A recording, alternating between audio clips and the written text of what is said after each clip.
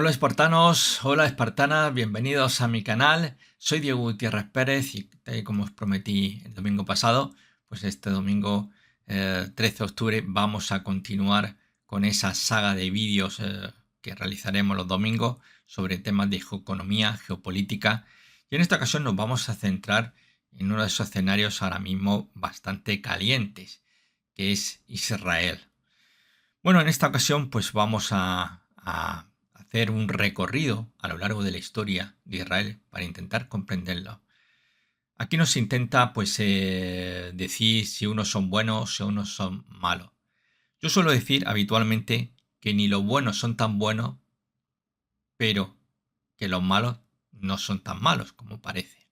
Así que tenemos que tenerlo muy en cuenta. Podemos culpabilizar a unos y a otros porque culpa tienen unos y otros, pero evidentemente ponernos a decir que el pueblo palestino es el inocente, es la víctima, pues me parece bastante ridículo. Me parece bastante ridículo, sobre todo por las situaciones en las cuales el pueblo de Israel se ha visto desde el año 1948. No obstante, también hay que decir que los israelíes no penséis que son unos angelitos de la caridad. Y lo vais a ver un poquito conforme vayamos viendo este videoanálisis donde vamos a ver un poco ese lado oscuro que surge alrededor del nacimiento del Estado de Israel actual, el moderno. Bueno, esta frase de Leon Less, la verdad que me gustó bastante. No soy sionista porque yo no creo en pueblos elegidos, yo creo en la humanidad, basta de masacre. Bueno, pues hay muchos judíos que piensan de igual manera. Hay ultraortodoxos que a pesar de su radicalidad consideran que el Estado de Israel se está sobrepasando en sus acciones militares contra el pueblo palestino. Hay judíos y hay sionistas que creen en los dos estados, un estado palestino, un estado israelí. No todos son tan malos como nos pueden parecer los sionistas. De hecho, el sionismo originario pues, no buscaba para nada la confrontación. Las circunstancias, y sobre todo después del final de la Segunda Guerra Mundial, sí que provocó un rencor en muchos judíos y ese rencor se vio plasmado en esa tensión con el pueblo árabe que habitaba en la provincia de Palestina. Así que vamos a entrar un poquito ya en materia, donde vamos a ver, aquí tenemos pues un poco pues esos reinos antiguos, hace pues 2000 años antes del nacimiento de Jesús, con lo cual podemos ver sobre todo el reino de Israel. Hay quien dice que el reino de Israel no ha existido, hay quien dice que no existe Palestina, que nunca ha sido un estado. Ciertamente, Palestina nunca ha sido un estado. Palestina es el nombre que deciden, con el cual deciden olvidar o relegar en el pasado, en el baúl de los recuerdos, a lo que era Judea. Realmente, los judíos estaban ubicados en dos reinos. El reino de Judá, que estaba al sur, y el reino de Israel, cuya capital era Samaria, y Jerusalén era el reino de Judá. ¿Vale? Los del reino de Judá pues, se diferenciaban con respecto a los del reino de Israel en que eran pues, unos auténticos fanáticos religiosos. Mientras que los del reino de Israel, pues esto como pasa en la actual Israel, ¿no? Es bastante moderna, está a favor del aborto, de tendencias sexuales pues en las más variopintas y evidentemente pues bastante laico, agnóstico o ateos. Pero el reino de Judá ya era otro cantar. Ahí donde estaban pues digamos los más fanáticos, aquellos que realmente creían ser el pueblo elegido de Dios, el pueblo que reinaría sobre la faz de la tierra y que aún muchos siguen creyendo en dichas creencias religiosas. Y esto era pues un poquito como era los reinos de Israel, sus vecinos, los estados fenicios, el imperio asirio, la tribu aramaica, la tribu nabatea, el reino de Edom, el reino de Moab, el reino de Amón, que son diferentes reinos que había. El reino arameo de Damasco. Estamos hablando de unos estados en los cuales estuvieron habitando los pueblos, los 12 tribus de Israel. 12 tribus de Israel, las tribus semitas. Claro, hablamos de semitas, hablamos de judíos, sionistas, israelíes, y nos metemos verdaderamente en un lío. Inicialmente eran tribus semitas que habitaban en Arabia. Desde el punto de vista genético, no hay por qué alarmarse ante la situación de que los auténticos, insisto, los auténticos israelíes, los auténticos judíos, son semitas porque son árabes. Son árabes. Sus vecinos, sirios, libaneses, iraquíes, sauditas, etcétera, etcétera, del punto genético son exactamente el mismo grupo étnico. Lo que ocurre es que hay un grupo converso, un pueblo que se convirtió al judaísmo, que habitaba las tierras de lo que hoy sería la zona de Ucrania, la zona de Donbass, en Ucrania, hoy día tomada por Rusia, lo que era Ucrania, Rusia, la zona del Mar Negro. Esa zona habitaba un pueblo que se llamaban los házaros, que era un pueblo pagano y que se convirtió al judaísmo. Cuando estos házaros, luego siglos después, se vieron obligados por las persecuciones, como siempre el pueblo de Israel ha sido perseguido, yo me pregunto qué nación, qué estado, qué reino no ha perseguido a lo largo de la historia al pueblo judío. Yo creo que todos. Y este pueblo házaro, buena parte de él, emigró hacia Europa occidental, donde se le conoció como los Askenazes. De ahí las familias que hoy día dominan la banca, tanto en Europa como en Estados Unidos. De hecho, gente como Janet Yellen, por ejemplo, los Rothschild, los famosos Rothschild, son házaros, son de ascendencia házaro. Entonces son un pueblo converso. Pero el auténtico judío, el auténtico israelí, genéticamente es exactamente igual que un iraquí, que un saudita, que un sirio o que un libanés. Los házaros eran un pueblo eslavo, insisto, que se convirtieron al judaísmo.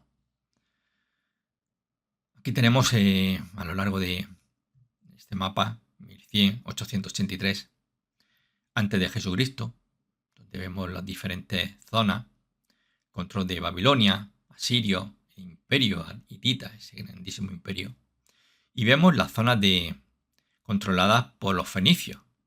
Y tenemos estos puntitos verdes que tenemos por aquí, es justamente lo que hoy día sería Israel, Jordania, Siria, Líbano. Era territorio fenicio.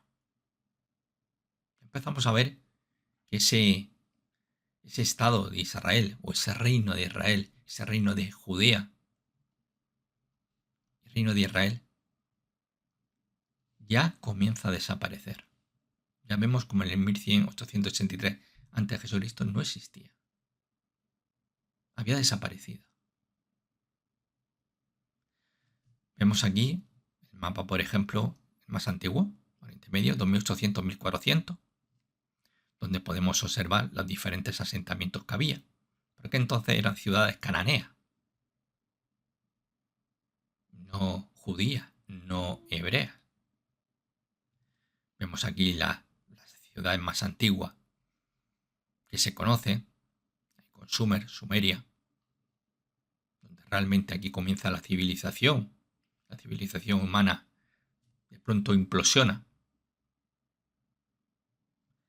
Pasamos a los 883-631, donde vemos como el imperio asirio domina justamente el territorio del actual Israel, del actual Líbano, Siria, parte de Jordania, imperio asirio.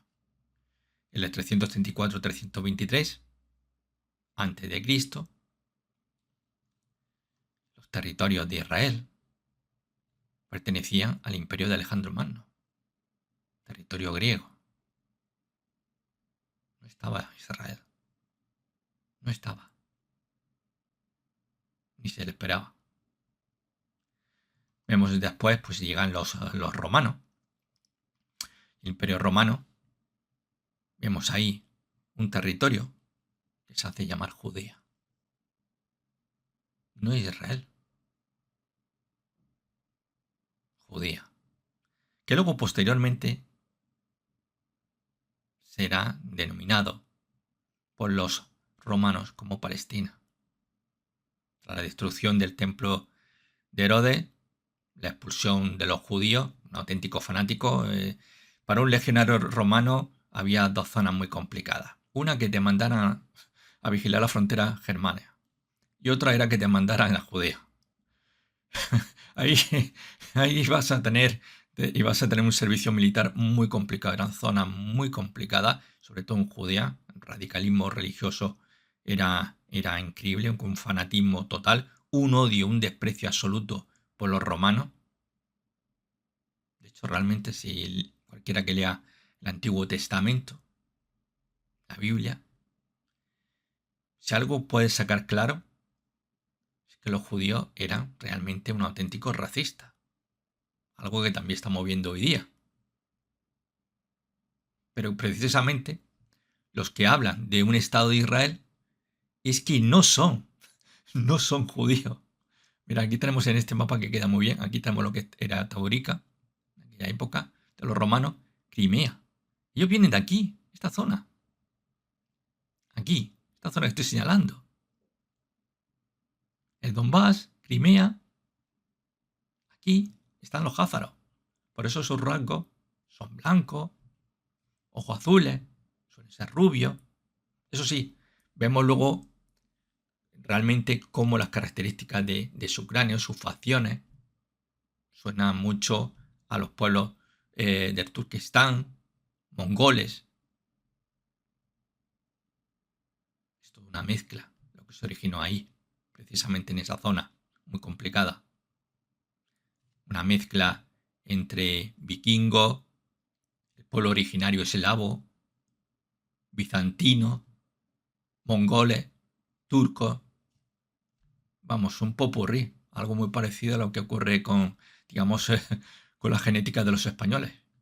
¿Qué pueblo no ha estado, como vemos en este mapa romano, en Hispania? ¿Qué pueblo no ha pasado por aquí? Somos un popurrí, una mezcla de todo. Pero ya vemos ahí cómo está Judea, está Siria, está Arabia, Petrea. Ahí tenemos también Arabia, ese territorio, la Mesopotamia, con Babilonia. Vemos ya aquí la división del reino de Herodes, cómo hay las diferentes zonas, las diferentes, digamos, regiones administrativas de aquel territorio de Israel, de Jordania, parte del sur del Líbano. Aquí podemos observar en este gráfico, bueno, algo que nos llega muy de cerca, precisamente esa mezcla. Hemos visto anteriormente en ese mapa del Imperio Romano, como España, la península ibérica, era romana, y aquí en este mapa vemos, por ejemplo, a España ya transformada en ese califato de Córdoba, bajo el poder de los omeyas. Y lo interesante de aquí es que vemos cómo precisamente ya los musulmanes ya empiezan a dominar dicho escenario. A partir ya estamos viendo la muerte de Mahoma, posteriormente a su muerte, cómo se conquista toda esa zona, Jerusalén, Damasco. Estamos viendo entre 632 y 661 después de Cristo. Ya es territorio musulmán.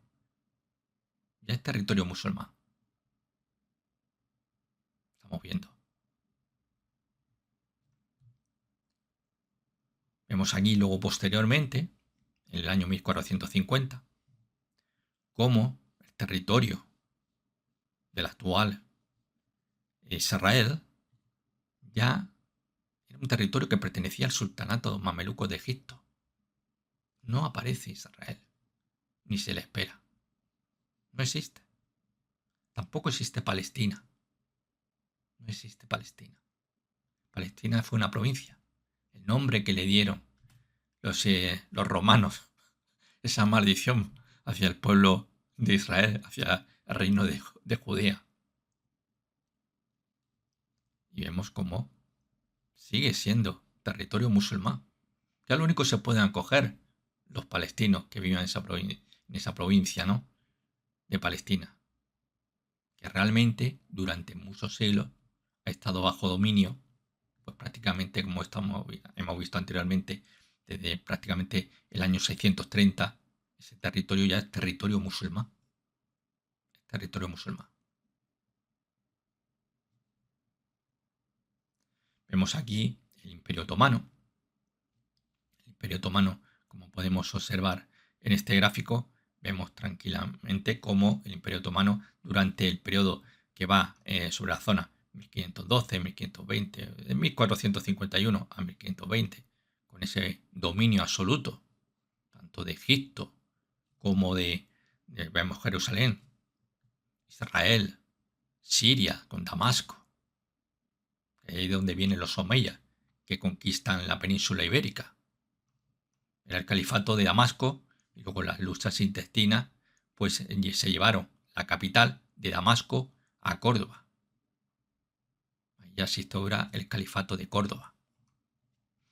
Bueno, pues vemos que, fijaros, el Imperio Otomano, desde el año 1300, ese desarrollo que tuvo, hasta el 1683, vemos ese territorio pertenece todavía a los árabes.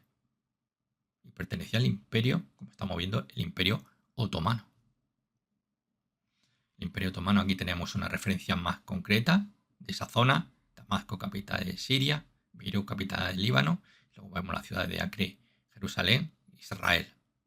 Esta partición. Esto ya estamos hablando ya a finales del siglo XIX, donde vemos Chipre, que pertenecía al Reino Británico, y vemos también Egipto, que también pues era de los británicos. Ahí tenemos esa repartición, ¿no?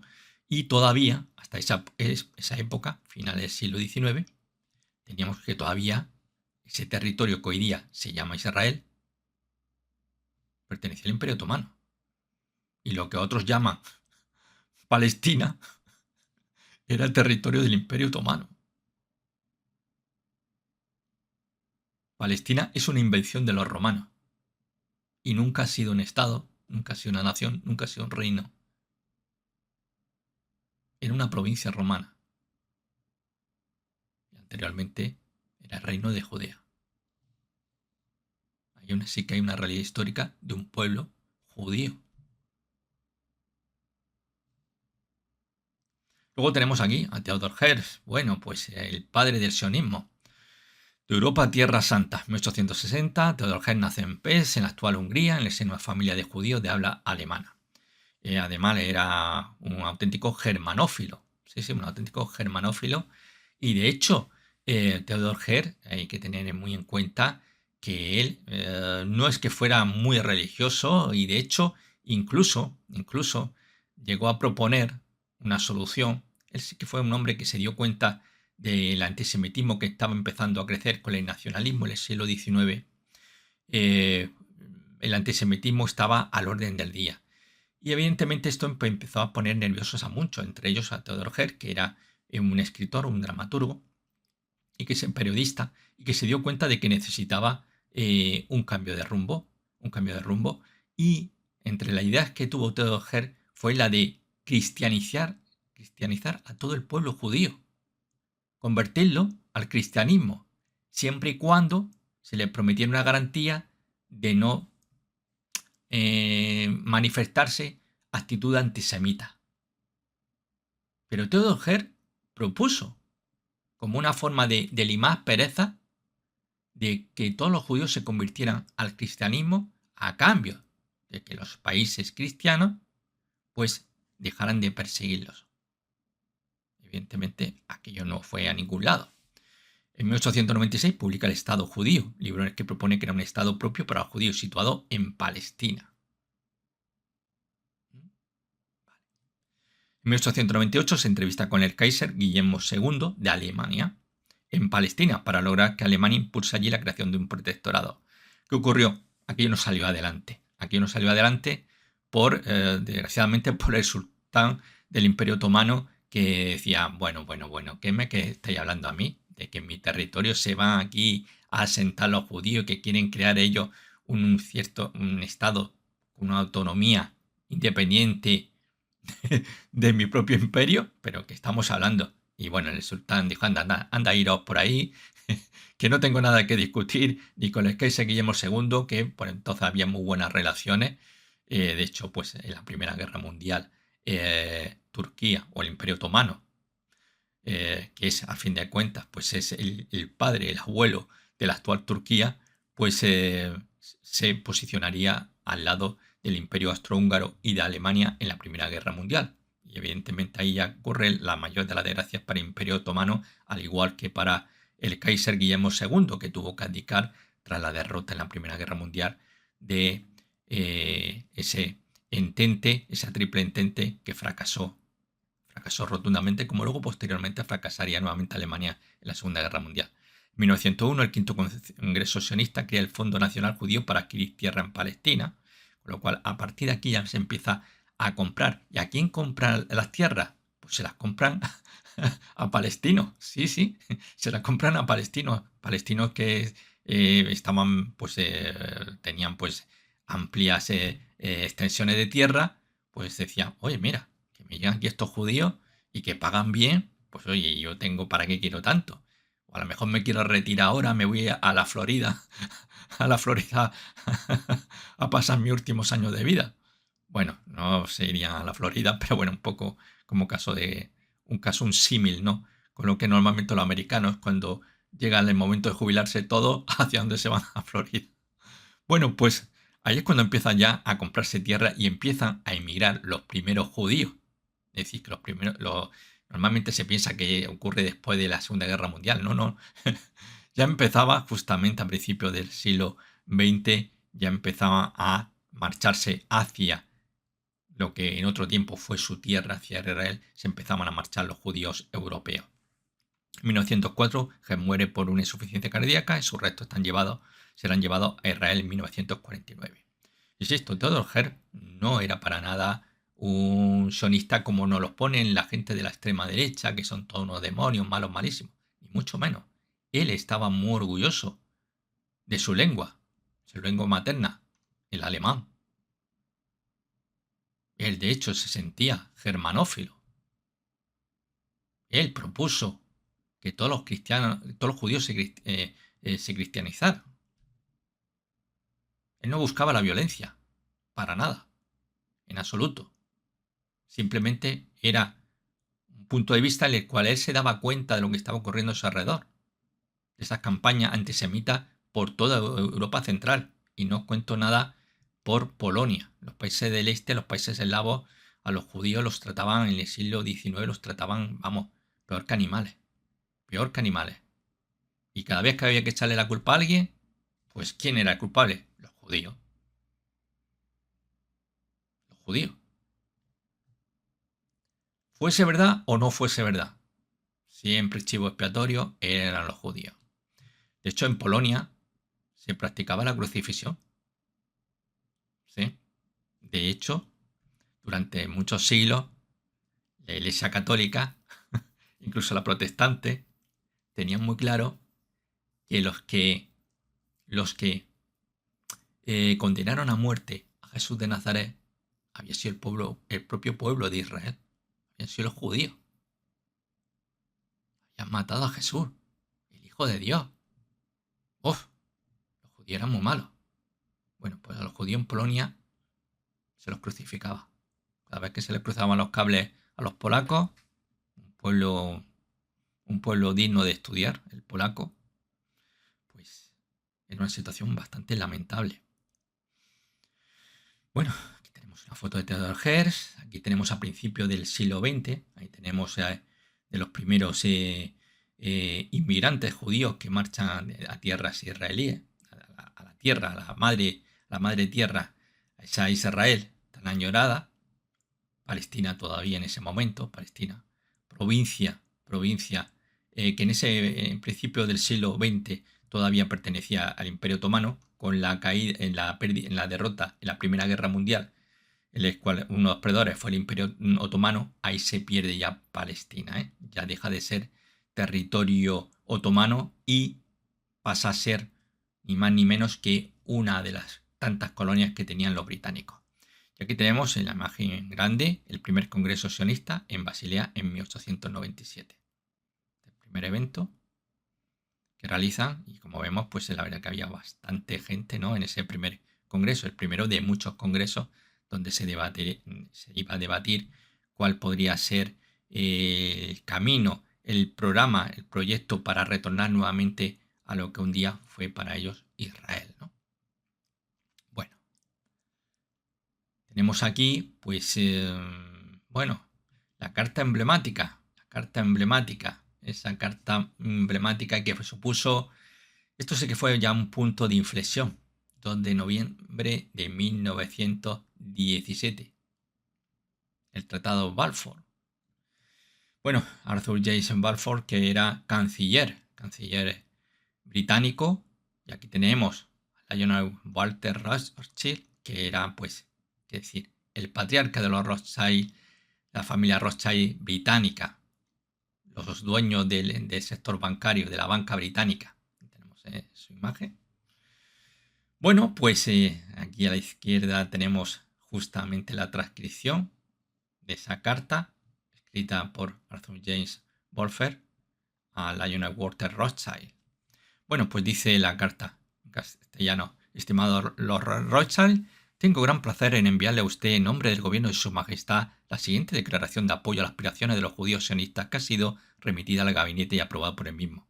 El gobierno de Su Majestad ve favorablemente el establecimiento en Palestina de un hogar nacional para el pueblo judío y usará sus mejores esfuerzos para facilitar el logro de este objetivo, quedando claramente entendido que no debe hacerse nada que pueda perjudicar los derechos civiles y religiosos de las comunidades no judías existentes en Palestina, o los derechos y el estatus político que disfrutan los judíos en cualquier otro país.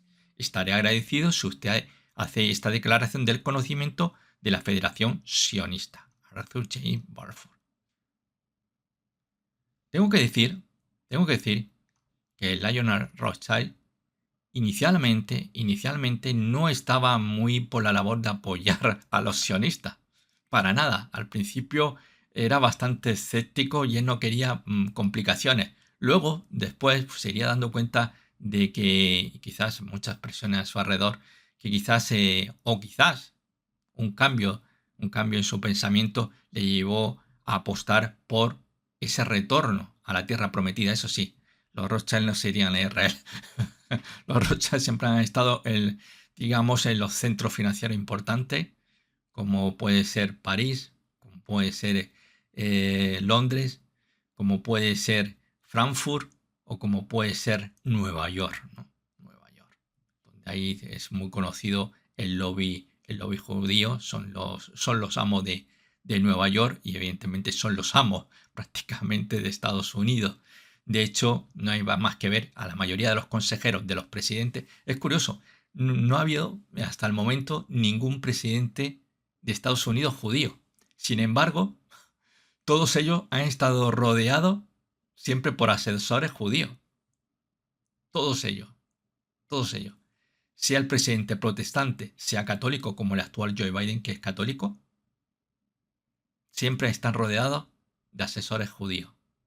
De hecho, la Reserva Federal de Estados Unidos lleva décadas siendo presidida por un judío de etnia házaro askenazi,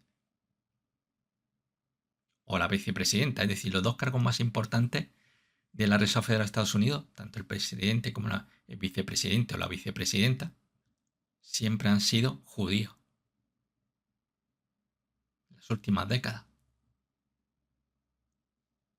El poder económico de Estados Unidos está en manos de los judíos. Ahí no hay nada más que hablar.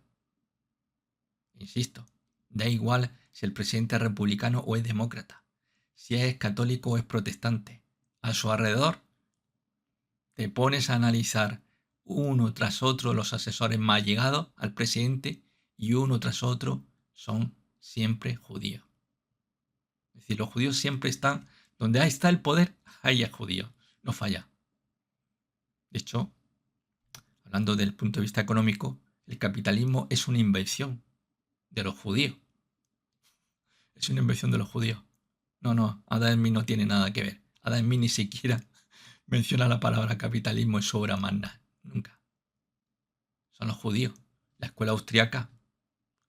La escuela de Chicago. ¿Quién son, digamos, sus cabezas visibles? Todos judíos. Todos. Y el comunismo, una invención de los judíos. Empezando por Karl Marx. Clarísimo. En fin. Bueno. De hecho, el mismo Lenin era judío. Stalin tenía un cabreo tremendo y de hecho hizo purgas bastante importantes en su partido para quitarse de en medio a muchos judíos. Trotsky, su gran rival, era un judío. Y Stalin no podía soportar a los judíos. Y sobre todo, que en todos los puestos de poder dentro del Partido Comunista de la Unión Soviética, pues no había más que judíos por doquier. Bueno, aquí tenemos ya, pues sí, se ha terminado la Primera Guerra Mundial y ahí llegan los británicos que ya pues se hacen al cargo de Palestina, ese territorio de Palestina, que pasará a manos del control británico. Líbano y Siria estarán bajo el dominio francés, territorios que pertenecían al Imperio Otomano, pero tras la derrota en la Primera Guerra Mundial, los otomanos se ven obligados ya, son las pinceladas final de un imperio que estaba agonizante y que justamente ya con la derrota de la Primera Guerra Mundial ya aquello se desmembró literalmente y donde pues evidentemente ingleses y franceses se hicieron con el botín de Oriente Medio. Bueno, aquí tenemos un gráfico del año 1920 donde podemos observar perfectamente, bueno, pues los territorios que había, donde realmente aquí no aparece por ningún lado ningún estado, ninguna nación palestina, porque nunca existió una nación o el estado palestino, ni nunca, como vemos ya desde los tiempos inmemoriales, no está el reino o el estado o la nación de Israel. Como estamos viendo, esa zona que da Palestina, que era una provincia, Líbano una provincia, Siria otra, Líbano y Siria bajo el dominio francés, y vemos como Palestina, Transjordania e Irak están bajo el poder de los británicos. Ya anteriormente Arabia Saudí, que como vemos Arabia Saudí, Irak formaba parte de Arabia Saudí, luego las particiones que se suelen hacer, parte de Irak quedó en territorio de Arabia Saudí. Transjordania, que sería la actual Jordania, pues aquí era bastante más grande de lo que actualmente es, que es un churro hoy día, ¿no? Como estamos viendo, pues era el territorio egipto británico, Arabia Saudita era británico, Transjordania, que es la actual Jordania, era un territorio británico, Palestina, la actual Israel, era territorio británico. Aquí tenemos ya no, justamente, ¿no? Ya al norte. Bueno. Tenemos aquí, bueno, movimientos terroristas judíos. Sí, muchas veces cuando se habla de terrorismo parece que los únicos terroristas que hay en aquellas tierras son los palestinos, son en general los árabes, los musulmanes. Bueno, pues aquí tenemos el hotel King David, Rey David, de Jerusalén, donde se alojaba el cuartel general del ejército británico en Palestina, no en Israel, en Palestina. Pero no olvidemos, era una provincia, una colonia, territorio que formaba parte de ese gran imperio británico, que le quedaría poco para desintegrarse. Aquí podemos ver precisamente la bandera británica a media asta. Fijaros cómo se ha llevado, pues una parte importante del hotel ha sido totalmente derrumbado. Hubo 91 muertos en ese atentado terrorista perpetrado por el Irgun. Bueno, pues aquí tenemos, he puesto dos grupos terroristas muy importantes de aquella época. Había varios más, pero esto, digamos que Irgun y la banda de Esther eran las organizaciones terroristas, digamos, de mayor renombre, ¿no? Igual que en España hemos tenido, por ejemplo, a ETA, o en Irlanda estaba el IRA. Bueno, pues tenemos que el IRGUM, que se funda en 1937. En 1948 atacaron una aldea árabe, ocasionando la muerte de más de 200 personas. Operación acometida en conjunto con el Lehi, que es el Lehi, es la banda Esther. Era el nombre con el que eran conocidos en aquellas tierras, ¿no?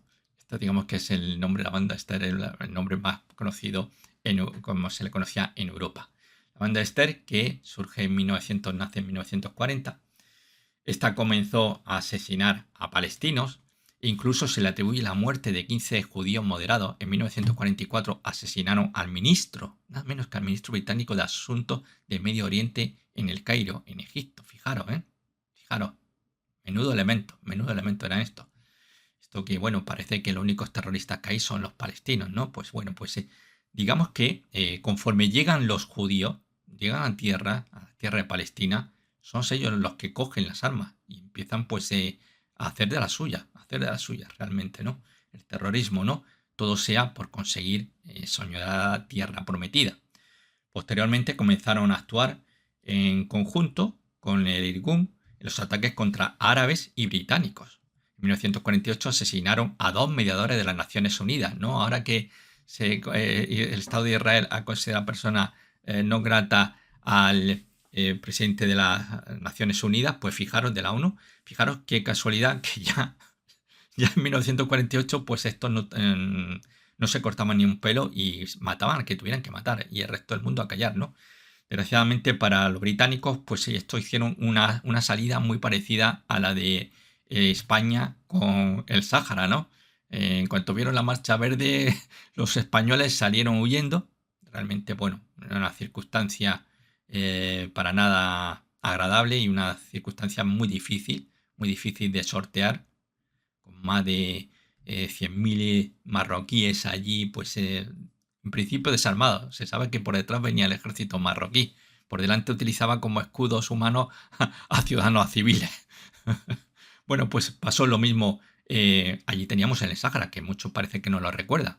En el Sáhara estaban los saharauis, el Polisario, que se dedicaba también, atentó contra y mató a políticos militares españoles. Ahora lo vemos como, ay, pobrecillos, que bueno, son sobre todo la izquierda, que la izquierda siempre ha sido muy proclive a defender todas las causas terroristas a lo largo de todo el mundo, ¿no? Bueno, pues esos que son tan buenecitos, pues también el Polisario saharaui se dedicó pues a matar a españoles. Con lo cual era una situación bastante complicada la que teníamos, al igual que anteriormente a nuestra situación, pues se lo tuvieron los británicos. Y los británicos se vieron una situación entre la espada y la pared de decir, esto no lo frenamos nosotros somos muy listos, sabemos lo que le pasaron a los romanos y es o masacramos a todos los judíos o nos tenemos que ir. Y optaron por marcharse. Se marcharon de aquella manera y dejaron aquello, bueno, en manos de la ONU. Ellos no querían saber nada. Ellos dijeron, mira, yo me largo y es lo que ha pasado precisamente con el Sáhara español. Desgraciadamente ahí fue abandonado, ¿no? De hecho, la regencia administrativa a día de hoy todavía pertenece oficialmente, legalmente, a España. A España. Pero no hemos querido saber absolutamente nada desde que nos marchamos de allí. Y con Palestina ocurrió lo mismo con los británicos. Dijeron, ahí os quedáis, que nos vamos. Que esto no lo podemos ya soportar, ¿no? Curioso. Luego, fijaros las vueltas que da la vida. Tienen que abandonar los británicos Palestina, hostigados por la violencia que había, sobre todo por los grupos terroristas judíos. Pero luego, precisamente cuando los británicos y los franceses intentan apoderarse del canal de Suez tras la independencia de Egipto, que deja de ser colonia británica, y evidentemente pues su aspiración era, oye, el canal de Suez está en nuestro territorio, ¿por qué tiene que estar bajo el control de los británicos y franceses? Pues bueno, aquello no le gustó nada a los británicos y los franceses y le declararon la guerra a Egipto. Y hubo una tercera parte que apoyó a Francia y Reino Unido, y fue Israel. Israel, el primer golpe, la primera intervención militar del ejército de, digamos, el recién nacido Estado de Israel, lo provoca Israel, que ataca a Egipto, ayudando tanto a franceses como británicos. Al final tuvieron que intermediar Estados Unidos. Por aquel entonces, bueno, todavía digamos que la política en Oriente Medio pues estaba bajo el control norteamericano, no la deja de descabio desde los atentados de las Torres Gemelas, en el cual pues le dijeron a los israelíes: mirad, vosotros haced aquí lo que tengáis que hacer, que nosotros pasamos olímpicamente de complicarnos la vida en esta zona. Bueno, pues el primer golpe de un país de Oriente Medio entre árabe y judío lo realiza Israel cuando ataca al ejército de Egipto, precisamente cuando querían apoderarse del canal de Suez. ¿Cómo le pasó al general Noriega en Panamá? El general Noriega había sido un títere de Estados Unidos. Bueno, de hecho había sido un alumno de la CIA, puesto a dedo ahí por la CIA en Panamá, hasta que un día se le ocurrió decir: pues hombre, esto es Panamá. Y el canal, tenemos un canal que se llama Canal de Panamá. Pues, ¿por qué tiene que ser controlado el canal de Panamá no por los panameños, sino por los Estados Unidos? Bueno, pues fue decir aquello que iba a nacionalizar el canal de Panamá, y los norteamericanos invadieron Panamá bajo la excusa de que, es que el general Noriega resulta que es un narco y por eso vamos a mandar nuestras tropas militares. Bueno, lo gracioso es que tampoco tenían que mandar mucho de Estados Unidos. Y de hecho mandaron un contingente que parecía que iba a una guerra con una gran potencia. Porque precisamente el mayor contingente militar que hay en Centroamérica está ubicado justamente en Panamá para controlar su canal, el canal de Panamá, que es de los estadounidenses. Protesten los panameños o dejen de protestar. Bueno, coincidencia en la vida. Luego aquí tenemos el desarrollo de lo que fue Palestina, 1920, 1948, vemos las colonias judías en 1947, vemos pequeños puntitos de color fucsia, ahí tenemos ese movimiento, vemos un color azul claro, vemos el territorio de Palestina, inicialmente pues eran pequeños asentamientos, como vemos muy la zona sobre todo norte de Palestina y muy sobre todo ubicado en la costa, como podemos apreciar, pero vemos todavía pues obviamente en esa época todavía pues en 1947 estamos viendo esas colonias que habían hecho los famosos kibutz, y donde pues el dominio todavía pues está pues digamos la mayor parte de la población y el territorio pues pertenece pues a los musulmanes, a los palestinos de aquellas tierras. Luego vemos en 1947 el plan de la ONU, el Estado judío, el Estado árabe y la zona internacional. La zona internacional la tenemos allí en la capital, en Jerusalén. Bueno, inicialmente la capital era Tel Aviv, hay una zona complicada ahí, y donde está la zona internacional. Pero ya vemos cómo, fijaros el color fucsia, cómo se va extendiendo rapidísimamente. De estar en la parte norte, cómo rapidísimamente se extienden por todo el sur, dominándolo totalmente, fijaros, increíble. Entre 1949 y 1967, Palestina ocupada por Jordania y Egipto. Ya vemos ahí, estamos hablando sobre la guerra, tranquilos que ahora lo veremos, las dos guerras que se vieron envueltos los países árabes, y vemos justamente, fijaros, la zona en la que le ha quedado realmente a los palestinos, una en la zona este, centro de Palestina, y aquí tenemos esa pequeña franja, la actual franja de Gaza. Ahí es tan chiquitita, aquí la tenemos en el lado oeste. Bueno, 2024. Bueno, pues aquí estamos viendo Israel, con los fucsia ya dominando clarísimamente, con muchísimo poder. Palestina, ahí tenemos la zona de Cisjordania, esta es la zona de Cisjordania, ahí la tenemos. Y vemos precisamente un colorcito más un poquito más oscurito que el claro, azul claro, que es la zona que está compartida la autoridad entre israelíes y palestinos, con lo cual pues obviamente vemos como la zona tenemos entre 1949 y 1967 qué cambio también sustancial, donde vemos como el dominio ha ido aumentando años a año por parte del Estado de Israel. Sí, aquí compartimos un poco la autoridad, pero hacemos lo que nos da la gana, ¿no? Lamentablemente. Bueno, tenemos luego las dos guerras en las que se vio envuelto Israel, que ya, insisto, la primera intervención militar de ese recién nacido Estado de Israel fue contra Egipto y fue en apoyando a Inglaterra y Francia por el control de Panamá, y que Estados Unidos dijo, olvidaros que el canal de Suez no lo voy a controlar ni franceses, ni ingleses, y mucho menos los judíos. Hasta aquí podíamos llegar. Vamos, así que fuera a retirar las tropas, y se tuvieron que retirar, ¿no? Porque evidentemente, pues, por entonces, pues el Papa americano mandaba mucho. Bueno, pues vemos Israel resiste y derrota a los países árabes. Pues tenemos la guerra de los 6 días, entre el 5 y 10 de junio de 1967, que bueno, le metió una paliza aquí impresionante a los egipcios, a los jordanos y también a los sirios. Con lo cual ahí es cuando se produce ya la adhesión de los territorios de los Altos del Golán, que no la han devuelto a Siria, a pesar de que, bueno, hay una resolución de la ONU en la cual obligaba a Israel a devolver los Altos del Golán a Siria, pero tururo que te vi. Estos israelíes dieron la vuelta precisamente cuando la guerra por el control del canal de Suez, y porque Estados Unidos fue el que dijo, os quiero fuera los 3 países, fuera ahora mismo. Pero posteriormente lo que toma Israel poco devuelve, aunque también hay el episodio también por intermediación de Estados Unidos, cuando se apodera de todo el Sinaí bajo control egipcio, y bueno, tienes a Estados Unidos y luego pues un poquito Egipto, que decide entablar ya relaciones con Israel, ya no lo considera un enemigo. Israel, pues bueno, pues ya se ve entre, por un lado, oye, ya Egipto ha dejado de ser un enemigo, nos reconoce como un Estado, y también pues quedamos bien con Estados Unidos, con nuestros mecenas quedamos bien y le devolvemos el Sinai. Vemos también la guerra de Yom Kippur, que se produjo en 1973, y donde también pues el Estado de Israel pues les metió una paliza a los países árabes.